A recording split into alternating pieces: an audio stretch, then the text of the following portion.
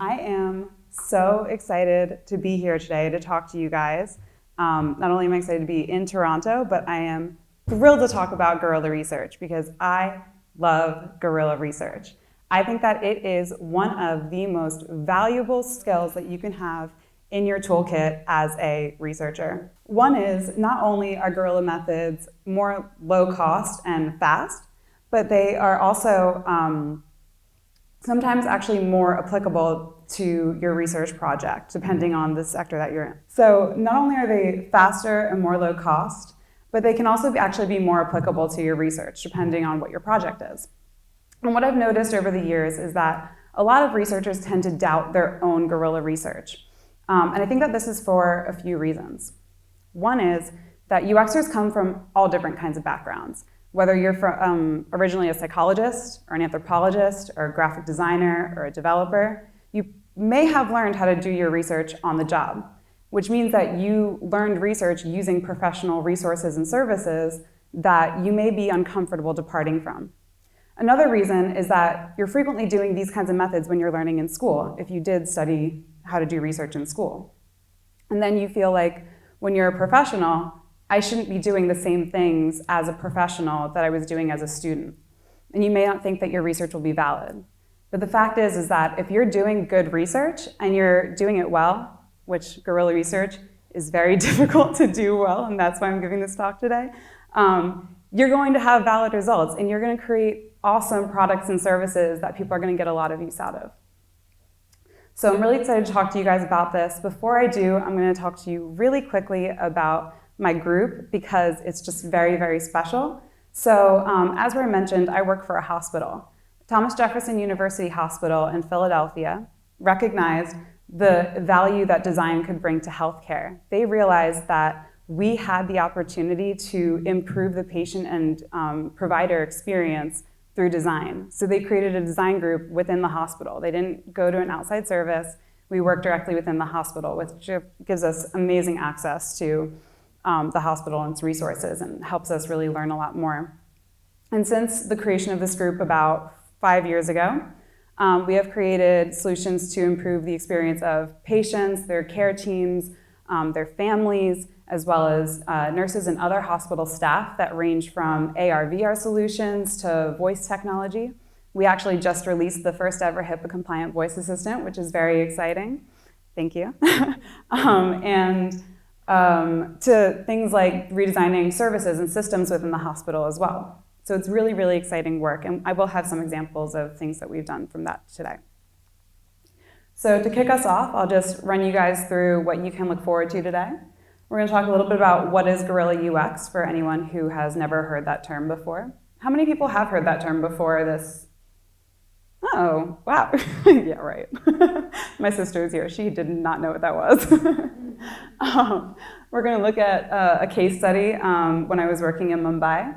We're going to compare guerrilla methods to traditional methods because really it's all research. Research is research, but there's just a difference in the way that you're approaching it if you're not using those professional services. We're going to look at the pros and cons of it because unfortunately there are both. We're going to look at how to do it right because like I mentioned, that's the most important part. And then we're hopefully going to have time for, we're actually going to do questions first because I'd rather make sure that you guys are all getting value out of this session. And then we'll do a mini activity that'll be really fun for some people and really mortifying for others. So what is Guerrilla UX? And I'm going to warn you before this next slide that there will be images of gorillas throughout this presentation. That is because not only is it an excellent homonym, but also gorillas have excellent facial expressions and they really lend themselves to this platform. So I call Guerrilla UX the DIY of the UX world. That's because they are low-cost, fast-paced, improvised methods for performing design research. And you can see from these two examples, I'm not in an office. I'm not, using a testing facility to test out my prototype. I found people that would allow me access to their children who played Little League and went to a batting cage with Little Leaguers to have them practice using the prototype that I made to help them train in baseball. Or when I was researching to create an educational tool, I, again, found people who would allow me into their homes and give me access to their children to learn about how their children learned, what kind of things engaged them, so I could help build an educational tool that would actually be useful to them. And like any research, it can be participatory or observational. So this is, again, from when I was doing research to build an educational tool, and I just went around Philly and found schools that would allow me to observe their classrooms. So I'm going to show you guys what it looks like for a whole project to be done with guerrilla research. Although I will say now that while it's a lot to do a whole project in guerrilla research, I do encourage you, even if you're not having an entire project that's guerrilla research, you can sprinkle it in throughout your work as well. It can just be for your usability testing, or just for your initial user research, or for your validation, or you can pepper it in along the way. But so for this project, I was working with an organization called Y Center, which is a social enterprise that establishes programs in different countries in areas of need. So basically they find a community who wants to work with them to address problems in their community.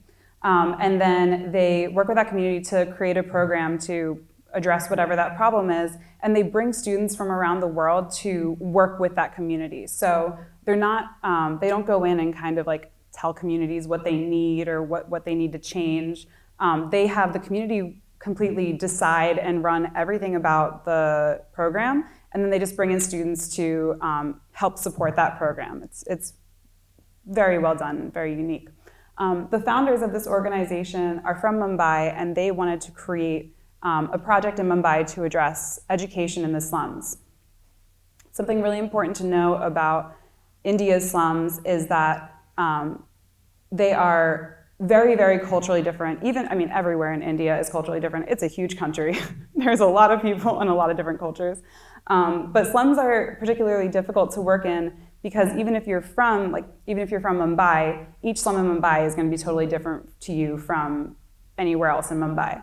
And also because there are frequently organizations going into these communities and telling them, your life is bad, I'm gonna fix it. Or telling them like, oh, you probably need a leather jacket. We're gonna give leather jackets to everyone. And no one in that community needs or wants a leather jacket. And so they're kind of used to people just coming in and bulldozing them. And we wanted to make sure that they knew that we weren't gonna work like that. We weren't gonna have that kind of relationship with them.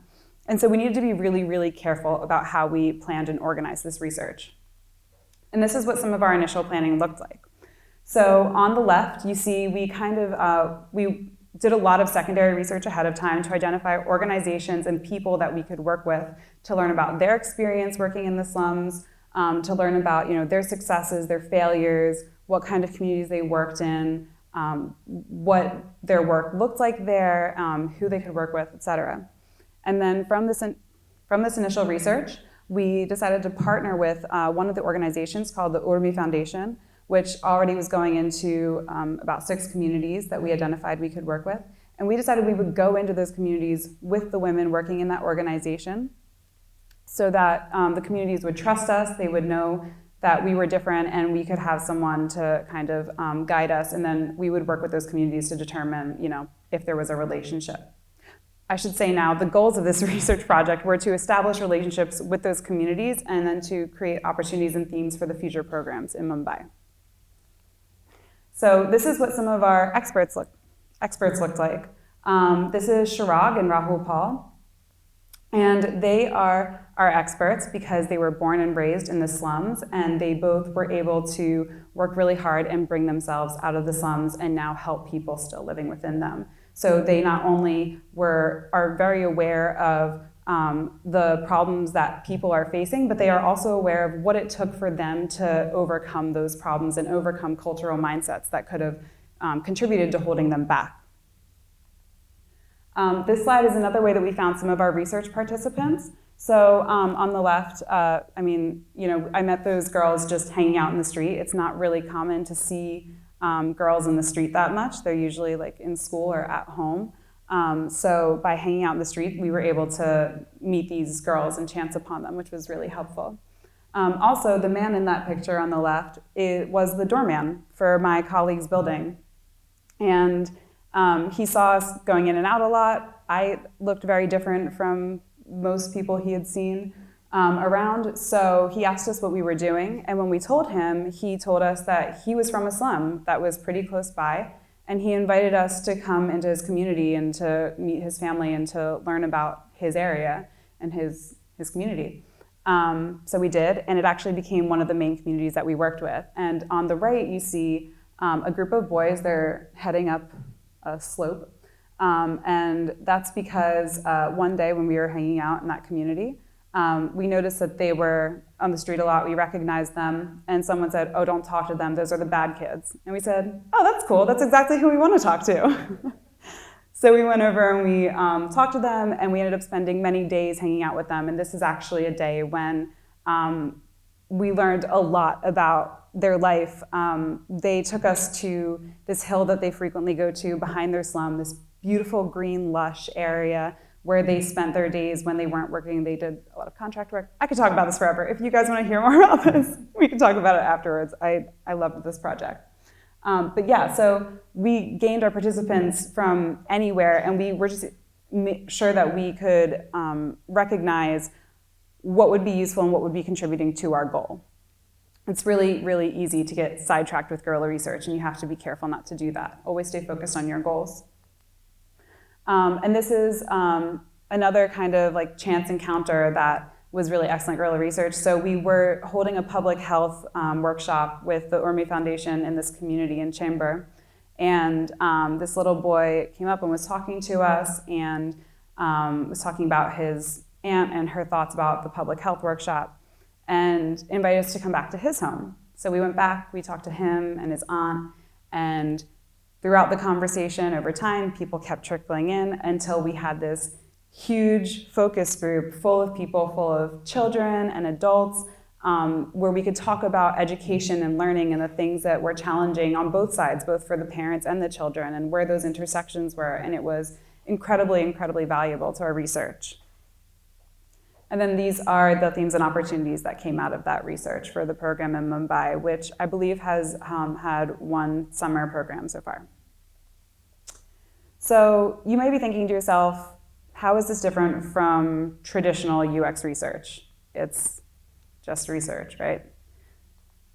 Well, there are some things that make guerrilla research a little bit different. So for example, in user research, traditionally, if you're working for a design firm, you'll have a bigger budget. You'll automatically have as many participants as you need, ideally. You'll have access to more accredited resources.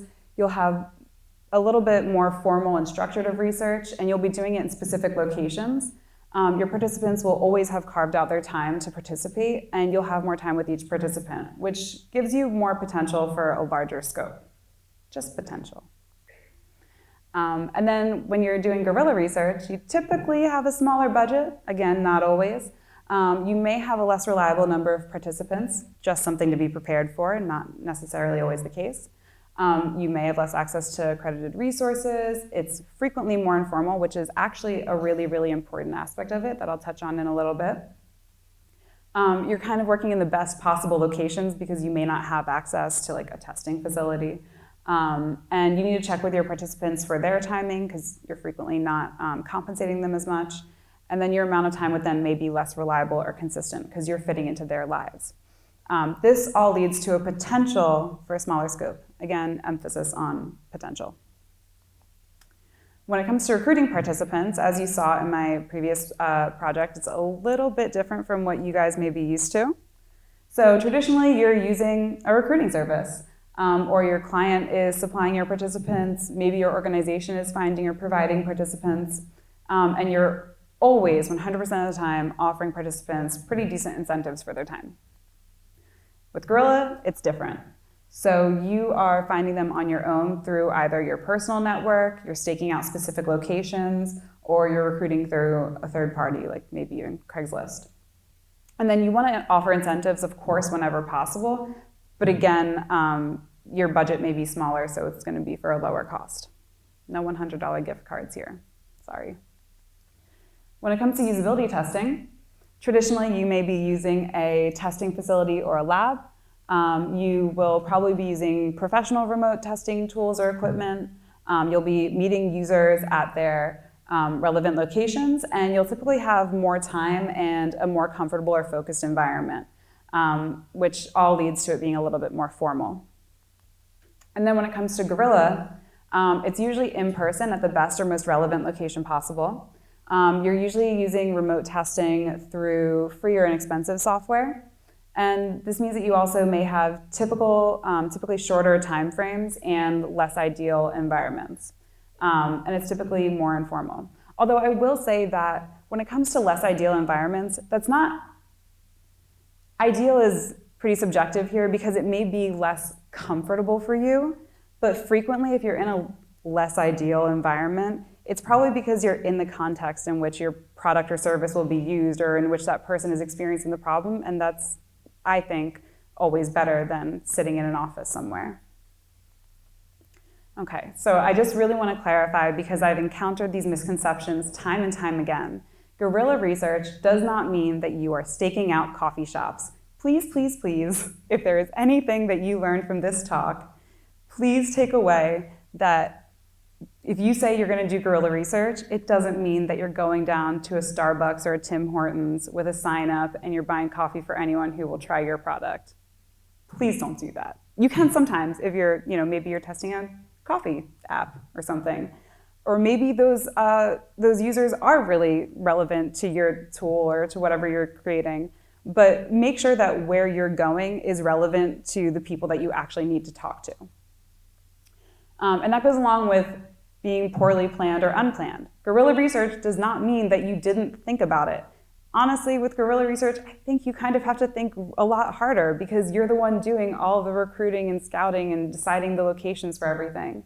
And that goes along with it also not being well thought out. You have to think very, very hard. It doesn't mean that it's messy, although it can be. It doesn't mean that it's bad. Again, if you're doing good research, then you're doing good research. It doesn't matter if you're using a recruiting service or a testing facility, or if you're using eye tracking software, or if you're in the slums of Mumbai, or staking out grocery stores because you need to learn about people's preferences for sauerkraut. If you're learning what you need to learn and you're accomplishing your goals, you're getting reliable results and you're doing good research. Don't doubt yourself, guys. You're doing great. And it doesn't mean that you're unprofessional, and it doesn't mean that you're going to have unreliable findings. So when might you want to go guerrilla? There are a few times when it not only comes in handy, but maybe more appropriate. So if you're working in an agile or fast-paced project, you just need to run out and check something really quick. So again, let's go back to like the grocery store app. Or even in the hospital, actually. I was working on a project for the emergency department. The emergency department was 2 blocks away, so I would make a change to the wireframes and run over to the hospital and talk to the nurses in text, put it in front of them, and do a quick usability test with whoever was around, because those are my users. It can also be difficult for, useful for budgeting. Budgeting can be difficult. I don't know if you guys have ever been on a project when research is not approved or supported or they decide to cut it out. That's when you start doing guerrilla research because, I'm not telling you to be sneaky, but research is important and you gotta do what you gotta do,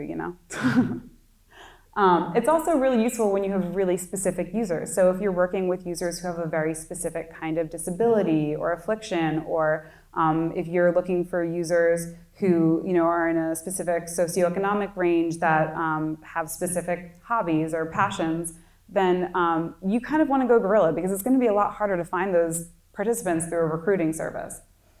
It's also really great for non-specific users. If you just need someone who can, who is used to using mobile applications to make sure that your wireframes make sense to them or your coloring makes sense to them, you can take this to the street. You can go down to a sidewalk or a park and just throw it in front of a couple people. Again, ideally people that align with your users. It's also great for startups for all the above reasons, side hustles, and then personal projects. If any of you have anything that you've been really wanting to learn about or study, and you've been afraid to pursue it because you don't think that your research will be good enough because you don't have professional resources to use in your free time, screw those professional resources. You guys can do it, and I challenge all of you to take on your personal project and try to do it. this weekend. Maybe not this weekend, you're busy, but maybe next weekend, try it out. So unfortunately, there are some downsides to Guerrilla UX. Downsides for some, maybe not all. One is that it can be inherently biased. So again, if you are only going to Starbucks, then you're only getting a certain population. And then it can also mean that you have less participants. And that really depends on how comfortable you are putting yourself out there, how tenacious you are, and how hard you're willing to work to get all the people that you need. It can be really difficult to do well, especially if you don't know that it takes all this work to do it really, really well. It can be really intimidating. Like Roy mentioned earlier, if you have to go out on the street and approach strangers, a lot of researchers are introverts, and that can be really, really scary. But I do encourage you to do it, again, because not only will it help your research, but it can help you build personal skills as well. It can be less organized and difficult to keep track of. So if you're interviewing maybe like 10 people over the course of an hour, it can be difficult to remember who's doing what, who said what, when. Your sessions may be shorter or rushed. Like I mentioned, your scope might be smaller, and your focus may be more shallow, unfortunately. Is that okay? Okay. But there are also a lot of pros to Guerrilla UX. He's so happy. One is that it can be really fast. Like I mentioned, just running over to the ED and doing a quick usability test or validation testing. It's a lot lower cost than using a recruiting service and renting out a testing facility. There are lots of options for how you do it, and it can mean simpler logistics because frequently when you're doing guerrilla research, there's only 1 or 2 researchers involved, so it's less people to organize around. You can kind of just make it fit your schedule. The other thing is that it's really free-form, so you have the opportunity to make it your own, and you have more control because, say your company only uses these specific testing services. You're not stuck with those services in guerrilla research. You can really figure out what tools work for you. And in that way, it can be a lot more comfortable too. And then also there are flexible schedules for it, which again can work for or against you. And one thing that I didn't put up here that again I really want to emphasize, 2 more things, is that guerrilla research really encourages you to be working in the context in which the problem lives or your solution would live.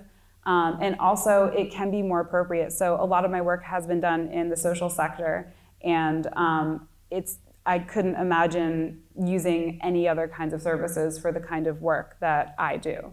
It just wouldn't make sense, and it wouldn't be as valuable of findings.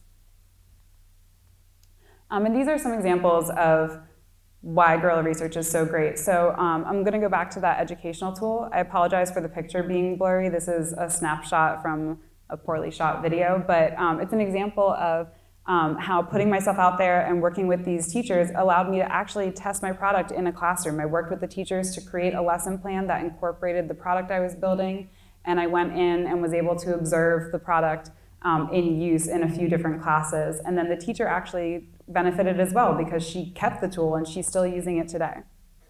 And then in the other example is me doing user research at the hospital. So I was working with techs to figure out, what their screens look like, how they think about things, what their workflows are like.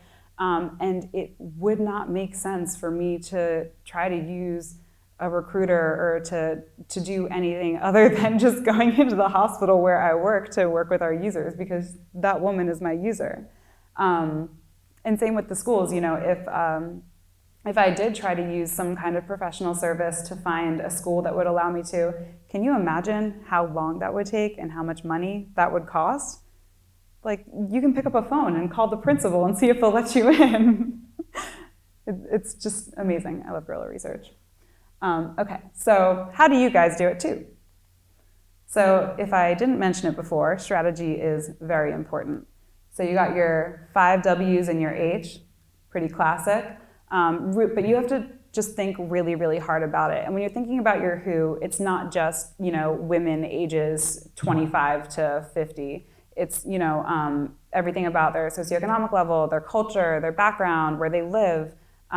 Really, really think hard about these questions so that you can answer the rest. You need to figure out where you're going to find these people, when you're going to find them. Does it make sense to go During the workday, will you be able to find them there? Who will you find there? And why are they there at that time? And always question yourself why and how. And don't let yourself stop yourself, because one of the things with guerrilla research is that it really does it really does require some tenacity, but you can overcome almost any barrier in your research if you just use a guerrilla method or you sub in a guerrilla method instead of what your original plan was. Then you make your schedule. It's also very, very important for staying organized. And I like to say that you want to make sure that you have all of your bases covered, and then you want to have backup plans for your backup plans and backup plans for your backup plans, because as you know, in research, 20 to 30% of your participants are likely to fall through, and in guerrilla research, it's even more so because people are kind of squeezing you into their schedules. You're not necessarily compensating them for their time, and things are just likely to fall through. And constantly check yourself for bias. Anywhere that you might be slipping up or you didn't think something through, just always double check yourself. And then you get out there and you go bananas. So some crucial aspects of planning, I kind of touched on these already, but I cannot press them enough. One is that you really want to pick your participants and your locations very, very carefully. And like I said, just be clever. When you hit a wall, don't think of it as a wall, think of it as a hurdle and know that you can jump over it. Again, beware of confirmation bias, and beware of leading your participants. This one's really, really important because when you're doing guerrilla research, it's not uncommon for you to be a little bit uncomfortable or out of your comfort zone, and it can be easier to kind of let up on things that you wouldn't necessarily do otherwise, like accidentally leading through your language or your body language, like an accidental smile if they do something that you're happy with, or a grimace if they do something that's totally out of left field. And these are a couple of examples of how we found participants and how it's gone. So like I mentioned, we held the health workshop with the Urmi Foundation, so this is an image from that. And then on the right is an image from someone that we got to work with when we were looking for participants that was actually completely out of left field. So this is one of the projects that we did. We were working for an insurance company, and they told us that they would get us participants from one of their clients, business analysts, and none of their clients cooperated. And then they said that they would give us, business analysts from their own organization. Turns out they didn't have any yet. So we really had to scramble to find participants, and it was amazing. We actually found, this man was one of our participants, and he was actually a sales manager. And what was amazing about working with him was that because he was selling the product, he knew better than anyone what people liked about it, what were the flaws with it that he needed to hide in those sales meetings, and what really made the product shine, what it was really good at already and was useful to people. And we wouldn't have gotten that kind of insight if we hadn't been resourceful in that situation, if we had just kind of given up on the whole research process. So some crucial aspects of conducting your research. This is going to walk you through how to kind of approach someone in this situation. So first, you always want to explain what's going on. Hi, my name is Maya. I am creating this product. I need to learn X, Y, and Z. I think that you might be a good person to learn from because of X, Y, and Z. Would you be willing to take 20 minutes to talk to me today? You want to be personable. So this is when I was talking about being informal. You want to make sure that you're not too casual because you don't want them to think that you're not serious and you don't care. But you don't want to be too formal because you don't want to seem like a government agent interrogating them about their life. And you want to make sure that you're friendly. The friendlier you are, the more people want to work with you, they want to help with you, and the more likely they are to give you their time. You want to make sure that you're respectful of both the people that you're working with and the place that you're working in. So this is especially, if you're in someone's home or in a hospital or in some kind of sensitive area, make sure that you're aware and always be humble about your work. So while your work is very, very important to you, understand that what's going on in their life or the surroundings that you're in may be something to prioritize in the moment. Again, don't lead your participants, so watch your body language and your verbal language.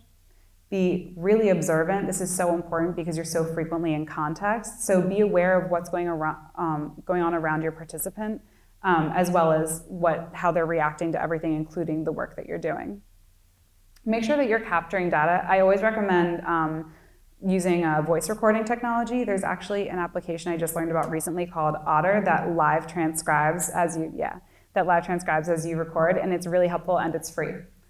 So I really encourage you to use that. Video is also great. But you want to make sure that you're ethical, so always make sure that you at least get verbal consent, if not a signed consent form. Signed consent forms are always best. And then, again, be aware of your time and make sure that you're being respectful of people's time. So these are some examples, again, of what this research looks like in the field. So again, for that insurance company, we couldn't get any participants from our client. They wouldn't let us use a recruiting service because they wouldn't budget for it. So we were just kind of walking around this huge office, approaching people in the middle of the day at their desks and trying to have them work with us. And it was difficult because we know that these people work really, really hard and they're really busy all day. But we were just respectful and we got a few people to work with us, which is really nice. And then on the right is an image of me about to go into a spine surgery for a research project. And again, that was a time to really be aware of myself. I'm very squeamish. I was afraid that I would faint, so I made sure ahead of time that they knew about my precautions and that I could be respectful of them without being too intrusive and still getting my work done. I had a stool. I didn't faint. It was great. It was fine. Okay, so before our activity, does anyone have any questions? So we got a lot of questions from our Twitter and our Slack, so I'll just start with those. So from Michael on Twitter, he asked, how do you maintain the integrity of research, avoid bias, etc., while trying to achieve specific outcomes? Wow, that's a loaded question. So I think it's the same in guerrilla research as it is in any research. You just always have to be really aware of what your goals are, what you're trying to achieve, and make sure that that everything that you're doing aligns directly to those goals. So if I'm doing research about people's, if I'm doing research about people's preferences for beer, I'm not going to go to a grocery store where they don't sell beer. Or I'm not going to go to, maybe I'll go to a brewery, but do I have to choose that brewery very carefully? Am I going to go to the Budweiser brewery or something? You need to make sure that everything you're doing directly aligns. I don't know if that answer made a whole lot of sense. I feel like my example was a little scrambled, but I think you guys get it. Question from Waleed on Slack. How do you become more comfortable with guerrilla research if you're really introverted or it feels awkward given your personality? That's a really, really great question. So I would say to just practice as much as you can. And you can start by just trying to talk to strangers on the street by saying something small or nice, like, hey, I like your shoes. Or, that looks tasty at a restaurant. I don't know. But just practice talking to strangers. And then I would also maybe find a buddy that's interested in growing as well, or a buddy who's really good at it, and have them set a time when you guys you're going to go 10 minutes, you're going to go talk to people in a park, come up with a little discussion guide and do that. Or what's also really great is if you hit a wall in your research, when you talk to someone about it, try to mention that you could do it and try to get them to encourage you to go out and quickly usability test it with someone. You can also practice by doing it with people that you know as a start, and then go out into the field after that. Awesome. Demi and Patrick both asked, how do you build trust, when you went to Mumbai with people who obviously live different lives from your own, and also when you're not backed by social enterprises or universities that have inherent trust? That's also a really, really great question. How do you build trust? I think that it's a lot about being sincere and telling people that you're sincere, and also being transparent. So like I said, when you first approach someone, make sure that they know everything about why you're approaching them. Let them know what your goals are, what your intentions are, what you're going to need from them, and let them know how you're trying to benefit them in the long run. Ideally, you're not out there trying to create something that's going to actively harm anyone. So ideally, you're creating a product that's going to help people, and you can tell them, I'm doing this because I want to make your life better, and this is how I want to make your life better, and by participating in this research, you're helping me achieve that goal. And then also letting them know that they They can get in contact with you at any time with any questions. They can, check in for updates, and then also actively updating them about how their work has contributed to your progress or your success is really, really helpful in building trust, especially if you want a lasting relationship. Awesome. Gavin asked, how do you ensure validity of guerrilla research? For example, biases due to small sample size, especially when you have to explain this to stakeholders. Okay, yeah, that's a good one too. All great questions. Good job, guys. These are awesome. So I would say, it depends on how small your sample size is. You need to make sure that you're comfortable with what you're doing as well. If you've only talked to 2 people, you're probably not ready yet. If you've talked to 3 to 5 people, you might be ready. Stick to your standards for what you trust as a viable participant group. Don't cut corners for research, for Guerrilla. That's the most important thing. You have to hold Guerrilla research to the same standards as your other research and make sure that you're strategizing really, really well and thinking everything through ahead of time and planning really well so that it can stay up to those standards. Cool. We have a couple more questions, so feel free to cut me out. Do we have time for the, does that include the Q&A time? Okay. Okay, I'll do do one more question. Okay. Nicole from Slack asked, how does one create a culture that accepts guerrilla research internally? Personally, I fear that my research findings may not be seen as rigorous or valid. Oh, wow.